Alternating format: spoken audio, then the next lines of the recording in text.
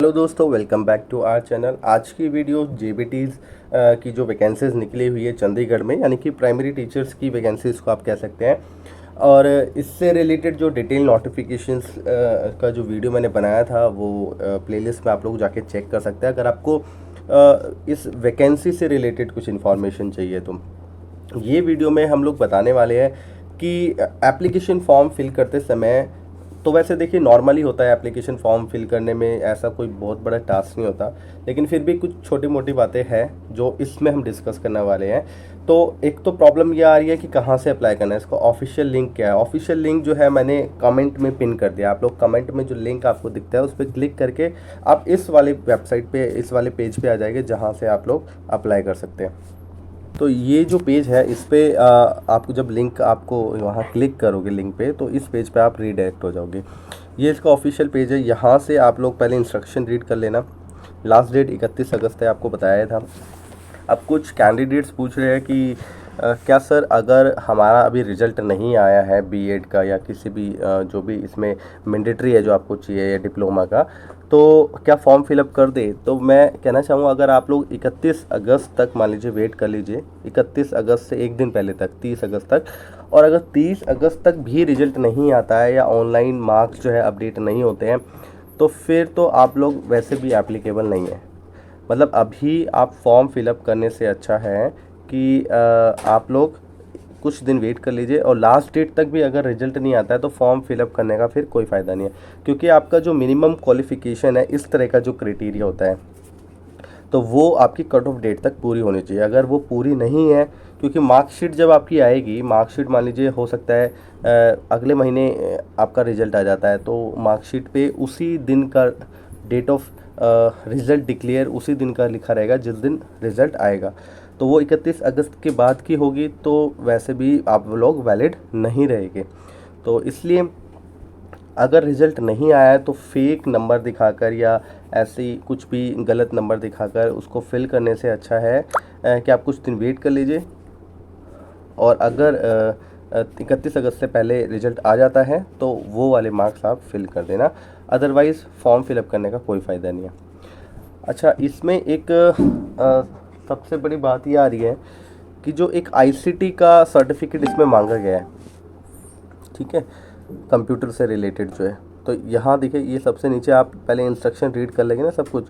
तो यहाँ ये जो रजिस्ट्रेशन है इस पर क्लिक करना है। जो पहले अप्लाई करना चाहता है सबसे पहले उसको रजिस्ट्रेशन करना पड़ेगा इस ब्लू वाले लिंक पे। यहाँ पे आपको कुछ मिनिमम अपना डिटेल्स देकर एंड उसके बाद रजिस्ट्रेशन हो जाएगा। वो रजिस्ट्रेशन नंबर जब मिलेगा उसके बाद आप लॉगिन करेंगे, रजिस्ट्रेशन नंबर और पासवर्ड जो आप क्रिएट करेंगे उससे, तो फिर आप लॉगिन वाले ग्रीन वाले पे क्लिक बाद में करेंगे, पहले रजिस्ट्रेशन आपको करना पड़ेगा।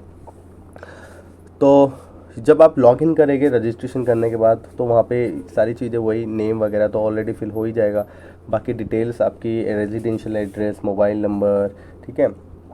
कुछ फ़ोटो सिग्नेचर अपलोड करने रहेंगे आपको। लास्ट में एक ऑप्शन आएगा जिसमें आपको अपना जो आईसीटी का सर्टिफिकेट जो है अपलोड करना है, और उससे पासिंग ईयर कब है, कितने मार्क्स ऑब्टेन हुए। अब प्रॉब्लम यहाँ ये आ रही है कि इन्होंने जो नोटिफिकेशन दिया, ये देखिए आप स्क्रीन पे देख सकते हैं, यहाँ स्क्रीन पे आप क्लियरली दे रहे हैं। नोटिफिकेशन का मैं एक कटिंग दिखा रहा हूँ कि उसमें क्लियरली लिखा हुआ है कि जो आईसीटी, ये जो कंप्यूटर से रिलेटेड सर्टिफिकेट ये मांग रहे हैं, 80 आवर्स का ट्रेनिंग सर्टिफिकेट, ये आपको at the time of joining चाहिए। मतलब जब ये आपको अपॉइंट करेंगे, आपका सिलेक्शन हो जाता है, रिक्रूटमेंट होती है, तो उस समय आपको ये शो करना पड़ेगा। तो इन्होंने यहाँ तो रिलैक्सेशन दे दिया है, लेकिन जब फॉर्म फिलअप करा रहे हैं तो वहाँ पे कह रहे हैं अभी ये भरना पड़ेगा, मैंडेटरी है, उसके बिना आप लोग आगे प्रोसीड नहीं कर पा रहे हैं। तो इसमें लोगों को परेशानी हो रही है, समझ में नहीं आ रहा कि क्या फेक कुछ डाल दे, कहीं बाद में फिर रिजेक्ट हो जाए, या इसको स्किप करे तो आगे ऑप्शंस है ही नहीं फिलअप करने का, मतलब फॉर्म फिलअप नहीं होगा, तो करे क्या। तो यहाँ पे भी एक यही चीज़ कहना चाहूँगा, जैसा कि आपको पता है लास्ट डेट 31 अगस्त है ना। तो 31 अगस्त से पहले पहले ये जो आप देखिए स्क्रीन पे मैंने एक कटिंग शेयर किया है, ये भी उसी रिक्रूटमेंट में है। यहाँ पे क्लियरली लिखा हुआ है कि अगर आपको किसी भी तरह की कोई प्रॉब्लम है, अगर आपको कुछ समझ में नहीं आ रहा है, किसी भी तरह की कोई क्वेरी है, तो ये देखिए यहाँ पे लिखा है ना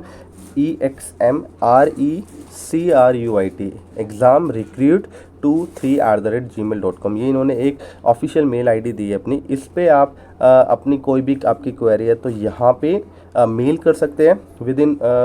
24 आवर्स 48 आवर्स जो है ये रिप्लाई कर देते हैं। तो हो सकता है मान लीजिए आईसीटी से जो रिलेटेड प्रॉब्लम है जो आप लोगों को समझ में नहीं आ रही है या किसी को भी समझ में नहीं आ रही है, क्योंकि